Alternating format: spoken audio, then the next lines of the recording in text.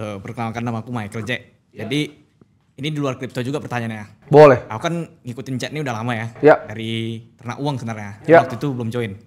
Nah, aku lihat chat ini main ke narasi tuh keren gitu kan. Ya. Dari awal 2023 sampai sekarang ini bisa Aceh bisa sebesar ini lah gitu.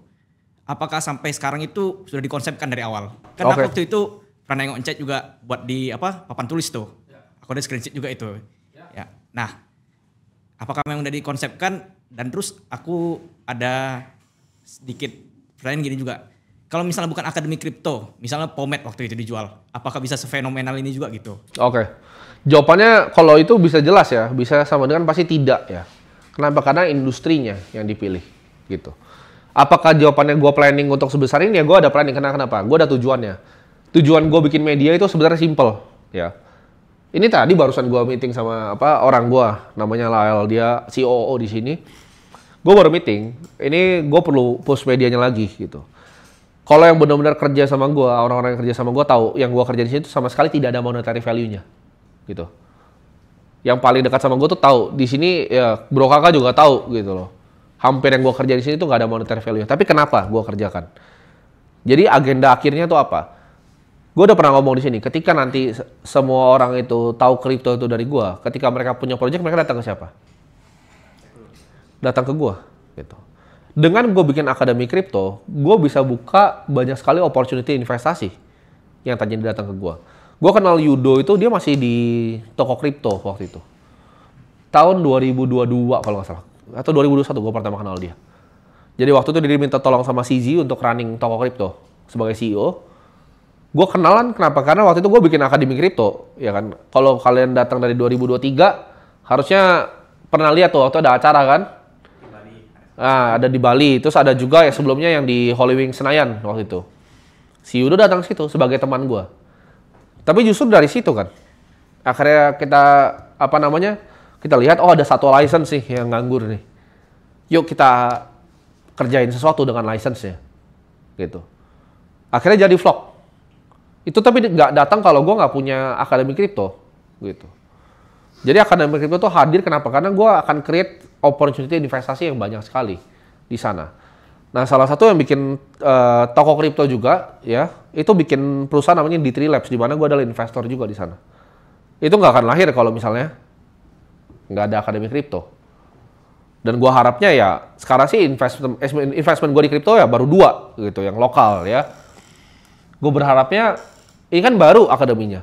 Banyak yang baru belajar, banyak yang masih percaya sama industri. Gue berharap ini panjang gitu.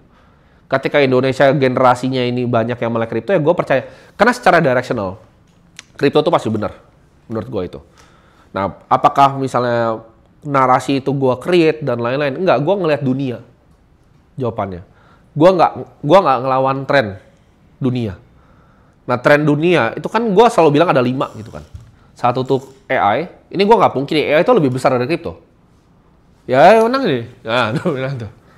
Market cap dia lebih gede dari semua kripto sekarang. Ya kan? Dia udah menang lah. Masih ada Microsoft, ada Google juga. AI itu bahkan menang. Yang kedua kripto, 3 gue akan bilang itu space exploration, biotech sama energi kan. Cuman dari sini kan kalian bisa lihat kira-kira yang visible tuh yang mana. Biotech menurut gue masih jauh. Ya, space exploration juga ya mungkin ada beberapa ide gitu kan. Nambang asteroid kayak perusahaan namanya Astroforge. Itu baru mau 2026 launch Voyager pertamanya. Itu masih jauh menurut gua. Cuman kripto itu di depan mata, AI itu di depan mata, sebenarnya ada satu lagi sebenarnya. Ada hubungannya dengan AI yang namanya humanoid robot. Gitu. Itu akan jadi 3 yang menurut gua the dominant forces ke depannya. Nah, kenapa gua akhirnya pilih kripto? Karena kan gue pernah ngomong tuh, ada yang nonton podcast gue sama Sandi nggak? Ada yang nonton podcast gue sama Bang Sandi terakhir? Nggak, belum ada nonton nih. Gue ngomong di sana, ya, gue tuh terinspirasi sama Nathan Rothschild, yang bikin Rothschild. Jadi gue tuh dari dulu nggak nyari kayak usaha yang 1-2 tahun. Kan tadi ada pertanyaan, gue dari Pomet apakah besar dan lain-lain. Gue tuh dari dulu nggak pernah cari usaha yang 1-2 tahun. Jadi kalau kalian tanya apakah itu fokus sebenarnya. Jadi kan gue pernah jualan Pomet nih. Gue pernah jualan sedotan, gue pernah jualan agensi, gue pernah jualan yang lain, ada Ternak Uang. Nah, ini kan semuanya gue pakai buat invest, ngerti nggak? Buffett kan dulu juga jualan ini, pinball. Dia jualan newspaper ke pinggir jalan. Kalian tau nggak, Buffett jual properti loh. Jualan properti farmland. Dia punya farmland dulu, dia jualan farmland. Ini semua ditaruh, terus dibeliin saham. Ya, atau investment lah. Gue tuh nggak beda jauh sama Warren Buffett. Jadi idola gue dia. Ketika gue ngelakuin semua ini, tujuan akhirnya cuma mau duit. Gue cuma mau duit. Gue nggak peduli mau mainnya kemana, sedotan yang mana, gue nggak gitu peduli. Gitu. Tapi kalau akademi kripto, itu ada hubungannya sama ini, gue ngerti nggak? Karena gue mau melakukan tadi, gue mau melakukan edukasi, supaya kalau suatu saat yang nggak harus ada pelajar juga. Tapi mostly juga banyak kan pelajar gitu loh di dalam. Yang akhirnya gue kenalan. Karena kadang-kadang kaget banyak sekali gitu. Orang-orang yang kalian lihat di luar gitu kan. Itu pelajar di kita. Yang akhirnya ya gue bisa dapat kesempatan untuk nanti berinvestasi di mana ke depannya. Kalau misalnya ada dari kalian nih contoh, kalian tiba-tiba ketemuin media kripto yang bagus gitu, misalnya kayak Coindesk-nya Indonesia lah nanti jadi gitu kan, atau misalnya jadi kayak CNBC-nya kripto gitu kan. Kalian bakal ingat kripto dari siapa? Dari gue. Ketika gue bilang, oke, gue kasih lu valuasi yang masuk akal, gue minta 10% sahamnya, lu kasih nggak? Kasih kan? Itu ada hubungannya ya. Jadi AC itu ada hubungannya dengan apa yang gue mau lakukan dengan investasi ini. Ini gue sama kayak dia. Ini gue nggak gitu peduli gitu loh. Investasi gue itu yang penting gue bisa dapat duit buat ini. Ya, dan gue cari industri yang paling depan. Karena gue itu mikir industri apa sih yang tahan ratusan tahun? Jawabannya industri yang punya financial capital. Karena lu kalau misalnya lu berbisnis ya, gue kasih lu bisnis misalnya 100 miliar. Ini untuk grow ya. Untuk grow misalnya 10% tahun ke tahun. Ini sulitnya minta ampun. Setuju nggak kalian? Yang punya bisnis pasti paham. Nggak gampang kok. Bisnis gue juga dulu nggak grow 20%, 30%. Adalah several bisnis, tapi percaya itu ada. Tapi sedangkan kalau misalnya kita mau cari misalnya 19% aja nih. Yang gampang banget, ini gue tinggal taruh ya ke satu aset namanya QQQ ya kan, Nasdaq. Nah, gue dapat 19% tahun ke tahun. Sahamnya begini dulu lihat nih. 50% isinya apa? Nvidia, Apple, Microsoft.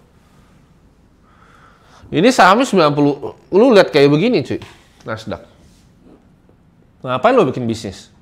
Lo mau compete lawan 10 perusahaan raksasa itu? Menurut gue goblok aja gitu loh. Makanya kalau kalian tanya apakah ini sebenarnya bisnis yang gue bikin, jawabannya enggak juga gitu. Gue mau bikin sekolahan gitu. Ada yang tahu Y Combinator nggak? YC. YC itu adalah visi yang paling besar di dunia, salah satu. YC itu bikin orang, dia kasih orang belajar di situ. Tapi kalau bagus diinvest sama dia. Dari dulu gue punya cita-cita bikin kayak begitu, tapi industri ya dia kan lebar ya. Gue spesifik kripto. Apakah nanti akan banyak barang-barang yang menarik dari apa yang gue bikin? Ya mungkin aja gue salah, tapi bisa aja jadi kenyataan gitu kan. Misalnya yang bikin stable coin dari rupiah, dari kalian. Atau ada yang bikin apa payment rails yang baru, atau yang bikin Web3 wallet yang baru, kan itu bisa gue invest semua. Dan ketika gue bisa invest, gue punya medianya juga kan, gitu loh. Gue bisa bikin meledak langsung, karena produk tuh yang mahal apa? User acquisition. Ketika gue punya media yang besar ya gampang dong, gue goreng produknya. Gue bikin produknya jadi lebih valuable, gampang kan. Jadi itu dia. Jadi gue taruh barrier di entry di depan, filter orang-orangnya, lihat orang-orangnya, kan gue senang nih, gue bisa ketemu. Gue pengen tahu kira-kira ntar orang-orangnya seperti apa ke depannya. Ya. Jadi jawabannya adalah, sekarang tuh dunia finansial. Either lu invest atau lu nggak invest. Karena lu nggak mungkin bisa kalahin 19%-nya Nasdaq. Apalagi Bitcoin. Borang Bitcoin gue tuh 2,9 miliar. Jadi sekarang 6, berapa sekarang? 6,4 kali ya, 58. Ini berarti 24, 5, 2 tahun, 5 bulan. Ada yang tahu nggak nih CAGR-nya berapa naik segini? Kayak matematikanya. Mau jadi investor nggak bisa matematika gimana nih? Berapa CAGR-nya? Ayo, lempar jangka. Bisa hitung nggak kalian? Gawat nih. Jangan malu-malu. Jangan malu-malu.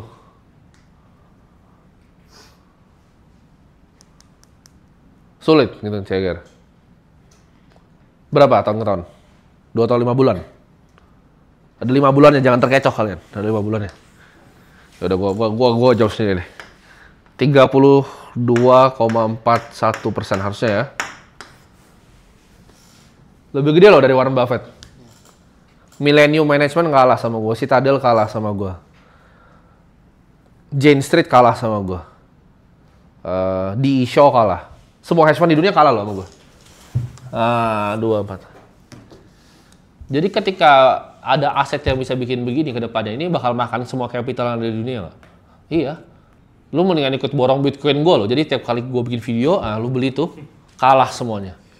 Semuanya kalah. Kalau ada yang sadar, bahkan sebenarnya itu kadang gue timing sedikit sebenarnya. Kalau ada yang sadar. Itu nggak exactly tanggal 1 gue beli.